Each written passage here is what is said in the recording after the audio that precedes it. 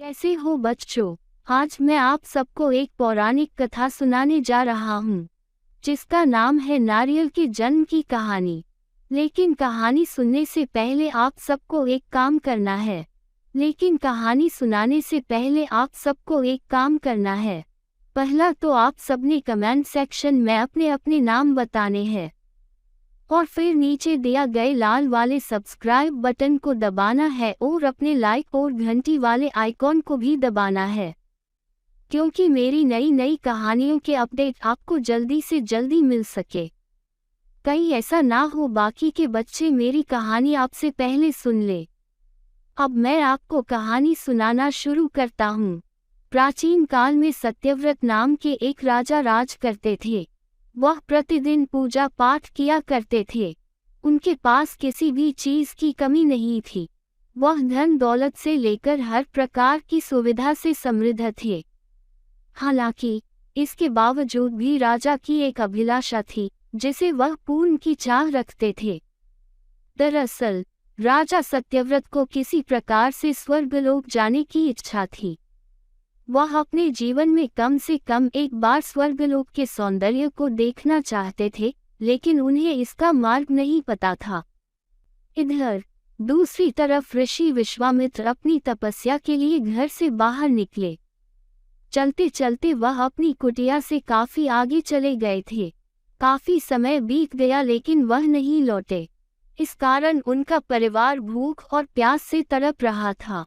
राजा सत्यव्रत को जब ये पता चला तो उन्होंने ऋषि विश्वामित्र के परिवार के पालन पोषण की जिम्मेदारी ले ली। कुछ समय बाद जब मुनिवर लौटे तो वे अपने परिवार को कुशल देख काफी प्रसन्न हुए। उन्होंने पूछा कि उनकी अनुपस्थिति में किसने उनकी देखभाल की। इस पर ऋषि के परिवार वालों ने बताया कि राजा ने उनके पालन पोषण की जिम्मेदारी उठाई थी। ये सुनकर ऋषि विश्वामित्र तुरंत राजमहल पहुंचे और राजा से मुलाकात की। वहां पहुंचकर उन्होंने सबसे पहले महाराज को धन्यवाद कहा। इस पर राजा ने ऋषि अपनी इच्छा पूर्ण होने का आशीर्वाद मांगा। राजा की बात सुनकर ऋषि विश्वामित्र ने कहा, बोलिए महाराज, आपको क्या वरदान चाहिए। तब महाराज ने कहा, हे मुनि, मुझे एक बार स्वर्गलोक के दर्शन करने हैं। कृपया करके मुझे वहां जाने का वरदान दे। राजा की प्रार्थना सुनकर ऋषि विश्वामित्र ने एक ऐसा रास्ता बनाया जो स्वर्गलोक की ओर जाता था। ये देख राजा सत्यव्रत बहुत खुश हुए। वह तुरंत उस रास्ते पर चल पड़े और स्वर्गलोक पहुंच गए। यहाँ पहुंचते ही इंद्रदेव ने उन्हें नीचे धक्का दे दिया, जिसके कारण वो सीधे धरती पर जा गिरे।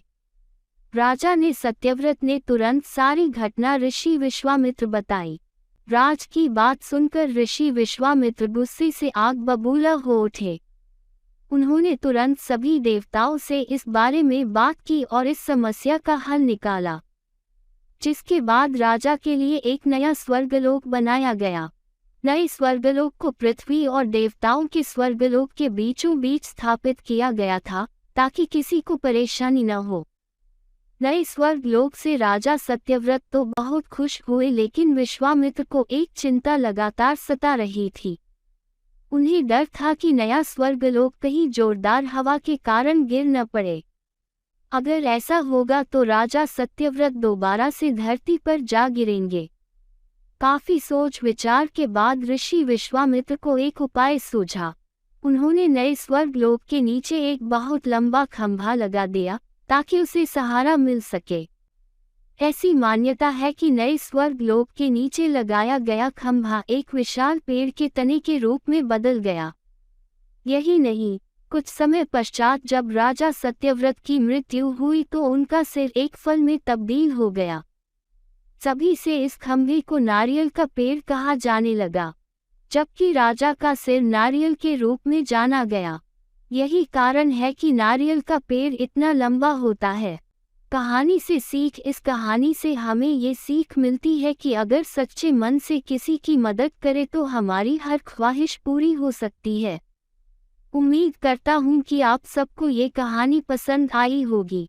और हाँ, ये कहानी आपको अपने दोस्तों को भी सुनानी है, क्योंकि शिक्षा बांटने से बढ़ती है। और हमें अच्छी बातें सब तक पहुंचानी चाहिए।